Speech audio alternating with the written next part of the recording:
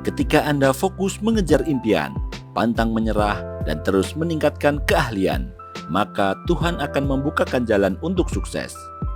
Erizal telah membuktikannya. Sejak mahasiswa sudah berani membuka usaha rumah makan sesuai anjuran orang tuanya. Namun, usia rumah makan itu pendek, hanya 6 bulan. Sehingga ia pun memutuskan untuk menutup permanen usahanya tersebut dan kembali fokus kuliah. Tak lama setelah itu, Erizal akhirnya memilih untuk mengambil cuti kuliah demi mencoba kembali peruntungan di dunia bisnis. Nah, setelah rumah makan ditutup, saya mulai ada penasaran kenapa ini gagal. Karena kita nggak ada ilmunya gitu. Kebetulan pada saat itu, ia mendapatkan pekerjaan di rumah makan daerah Ciputat bernama Sari Bundojaya, tepatnya di depan pasar Gintung. Pertama kali bekerja di sana, Erizal bekerja sebagai tukang cuci piring. Seiring waktu, ia melihat ada peluang menjadi juru masak. Nah, selama saya bekerja di situ, saya merasa ada peluang untuk mendekati tukang masak karena saya posisi ada di belakang gitu. Nah, saya dekati tukang masak. Kemudian dalam waktu 2 minggu, saya mulai dilepas, kepala masaknya libur, sehingga saya langsung tampil gitu. Berselang 3 bulan, Erizal sudah bisa menguasai semua jenis makanan hingga pada waktu itu ia tiba-tiba dapat panggilan untuk jadi juru masak di sebuah rumah makan di bilangan terminal Lebak Bulus. Rumah makan ini perlahan tapi pasti mengalami peningkatan omset. Erizal pun minta kenaikan gaji, tapi pemilik rumah makan tidak memenuhi permintaan tersebut. Erizal pun keluar dari rumah makan tersebut dan menganggur hampir 2 minggu lamanya. Sifat gigih dan tak mudah pantang menyerah membuat ia segera bangkit dan mulai mencari-cari info mengenai lowongan pekerjaan selanjutnya. Hingga akhirnya ia pun mendapatkan info lowongan kerja di Arab Saudi sebagai juru masak. 6 bulan pertama di Arab Saudi, ia mengaku tidak betah. Hal ini lantaran jam kerjanya cukup tinggi, yakni mulai pukul 7 pagi hingga 1 dini hari dan waktu beristirahat yang diberikan hanya 2 jam. Setelah 2 tahun di Arab Saudi, ia memutuskan untuk kembali cuti 6 bulan demi menempuh pengobatan penyakit TBC yang ia derita di kampung halamannya. Kemudian kita terakhir masuk di ruang tunggu. Di ruang tunggu itu saya lihat-lihat paspor, ternyata visa kita ditutup gitu. Saya merasa sedikit ditipu gitu, karena dari awal proses untuk pulang, untuk saya bisa mengajari teman, bisa masak, saya diiming-imingi cuti 6 bulan gitu. Tapi ternyata malah ditutup visa saya udah ditutup, nggak bisa masuk lagi gitu. Buka usaha pangkas rambut. Enggan berlama-lama larut dalam kesedihan dan kekesalan, Erizal teringat bahwa ia memiliki keahlian dasar pangkas rambut. Keahlian ini dia dapatkan dulu waktu ia masih menempuh sekolah pesantren di Bukit Tinggi. Selama di asrama tersebut, Erizal acap kali memangkas rambut teman-temannya. Alhasil, secara otodidak, keahlian dasar Erizal pun terbentuk. Memulai bisnis jasa pangkas rambut juga butuh perjuangan bagi Erizal. Punya potensi bagus, bisnis jasa pangkas rambut berkembang. Setelah ia mencoba menganalisa dan mempertimbangkan secara baik-baik, ternyata bisnis jasa pangkas rambut memiliki potensi bagus ke depannya. Kelihatan saat itu yang berpotensi bagus pangkas rambut.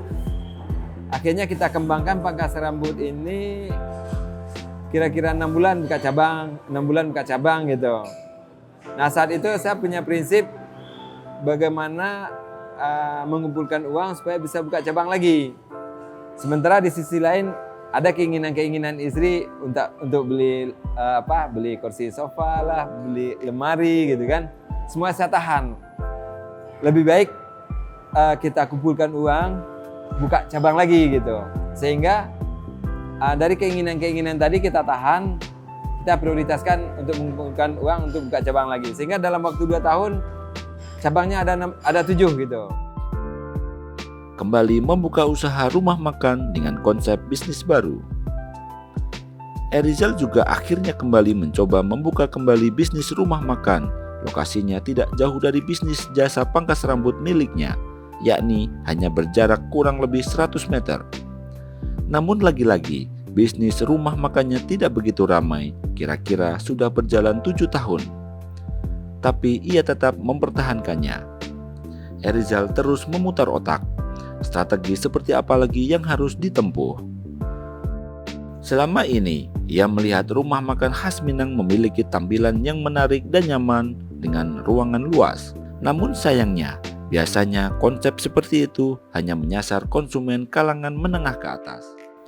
Atas dasar hal itu, Erizal pun akhirnya mencoba untuk membuka rumah makan khas Minang dengan konsep kalangan menengah atas. Namun, dengan harga yang ditawarkan bisa merangkul kalangan menengah ke bawah.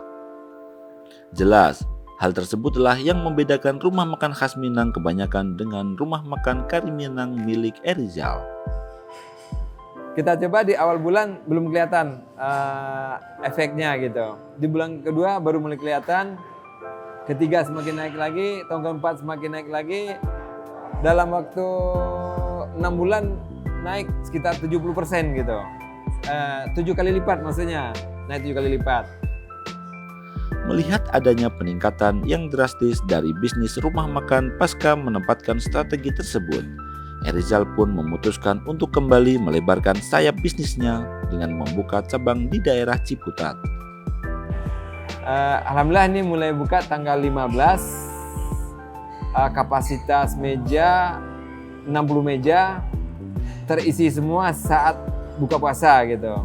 Bahkan nggak muat gitu.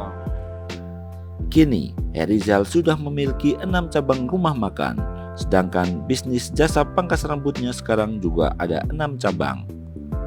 Rata-rata omset yang Erizal raup dari rumah makan saja bisa mencapai kisaran 8 juta rupiah hingga 35 juta rupiah per hari. Sedangkan bisnis jasa pangkas rambutnya kini sedang menurun akibat pandemi COVID-19, sehingga hanya mampu meraup omset rata-rata 2,5 juta rupiah dengan sistem bagi hasil dengan karyawannya. Meskipun dinamika Erizal dalam merintis bisnisnya bak roller coaster, naik turun, Erizal mengakui ada hikmah yang bisa dipetik, yaitu pentingnya penguasaan kemampuan dan alat. Hal ini sama seperti ketika dirinya membuka bisnis jasa rambut, yang mana saat itu ia harus terjun langsung menjadi tukang cukur. Sebenarnya dalam usaha ini penguasaan bidang yang kita lakukan gitu.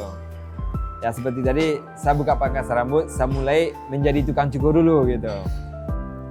Sebagai penutup, Erizal menyampaikan dalam membuka suatu bisnis atau usaha tidak selamanya akan berjalan mulus.